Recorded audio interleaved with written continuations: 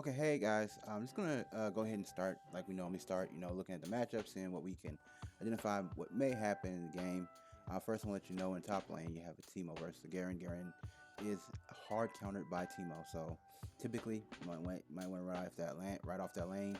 Unfortunately, in this game, what you're gonna see is that there was some connection issues with our mid laner. So basically, Twitch kind of stayed in lane for free, pretty much the whole game, and then also in bot lane, what you're gonna also see is that our matchups are very, very, very similar. Launching attack that applies the slow. There, they'll see probably me and Thresh on the top side of the bush. So what their enemy bot lane does is they rotate to the bottom half of the bush, and you don't have vision in bush unless you ward or you walk through. And what you're gonna see is them ambush my Thresh from the bushes, and then when my Thresh has to back instead of go to lane, I'm in the bot side. I'm in the bot lane, waiting for Aphelios to push in the wave because I can't do anything. I can't level two. I can't fight for level two by myself against two people that have two abilities. While I have one ability, my Thresh is gonna be kind of my tank. He's supposed to be standing in front of me. And then I get ambushed, and you can see them dive me. They get a very, very, very good HP advantage here.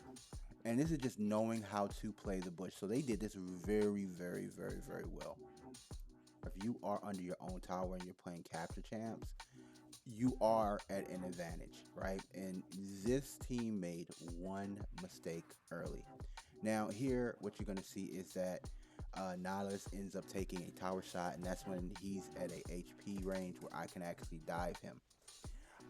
What you're running into with Aphelios is that he doesn't know when to actually dive to get damage off to get a champion kill because he's not a burst champion, he is a poke champion. But there's certain okay, here you see like I just get a BF sword and I come in lane. I'm really, really, really strong. I got a double kill. All I'm looking for right now is just complete domination. I want to be able to get as much gold as I can from the lane. They are extremely behind in gold, so I feel a lot more comfortable engaging. Okay, here you see basically, typically the rule is if you catch two hooks or two captures, basically by a support, the stronger you get, typically that person's gonna die. Here because I'm so big, I'm so strong. Pretty much whoever Thresh's hook, I'm gonna be able to kill. It's very important that you not only know what to build first, but also what components to build first. There's no way I start a game with a Warwick with Vampiric Scepter. Like he has so much in his passive that automatically goes towards sustain. Here, this is like our lane's pretty much over. Like it's gonna be very, very difficult for them to actually be able to bring this lane back.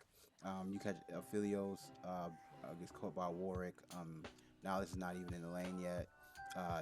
Thresh brings me in, and that's pretty much it for Aphelios. What we do is we open up Dragon here, and we also push Wave under the tower. Typically here, because we did kill somebody bot lane. We both just jump on the dragon. This is a very unusual circumstance because unfortunately the disconnect in mid makes us have to rotate mid lane and then rotate dragon. That's dangerous because Aphelios returns typically by that time and the dragon's still up. They can actually contest it. So typically we won't do this, but these type of plays are stuff you have to do, risky plays and stuff you have to do in order to kind of be able to do a 4v5. And here you can see why it's risky. Right after Word finish the dragon, they rotate on us. You have full health, probably money spent. Aphelios, you have Annihilus rotating in, and you also have Moikai with CC rotating in. Now, because I'm so big and strong, I'm not necessarily worried about this team fight in the least bit, not even a little bit. Like, to be honest with you, because I'm so far ahead, they shouldn't have even attempted to do a team fight here. Right here, you can see how big the lead that I'm getting in bot lane is growing. I have no deaths, haven't given out any gold. I'm pretty sure that my bounty is probably up there. I've gotten over 6 kills. I'm really, really, really, really strong. And then Thresh is just basically setting me up, feeding me these kills, one hook, one death. And it's to the point where, the enemy team, in order for them to counter this, what they would have to do is they would have to bring bot lane to bot. The jungle's going to have to rotate the bot, and the mid laner's going to have to rotate the bot. And this is kind of what I mean right here. You have Moikai, you have Nihilus, you have Aphelios rotate on me to get a kill. Have to E away from your support. So you're splitting who they're aiming for, right? So here you see them aim for me, they aim for my support. My support gets out and they're stuck with me, but I've already got my combo started. And that's why we was able to win this fight.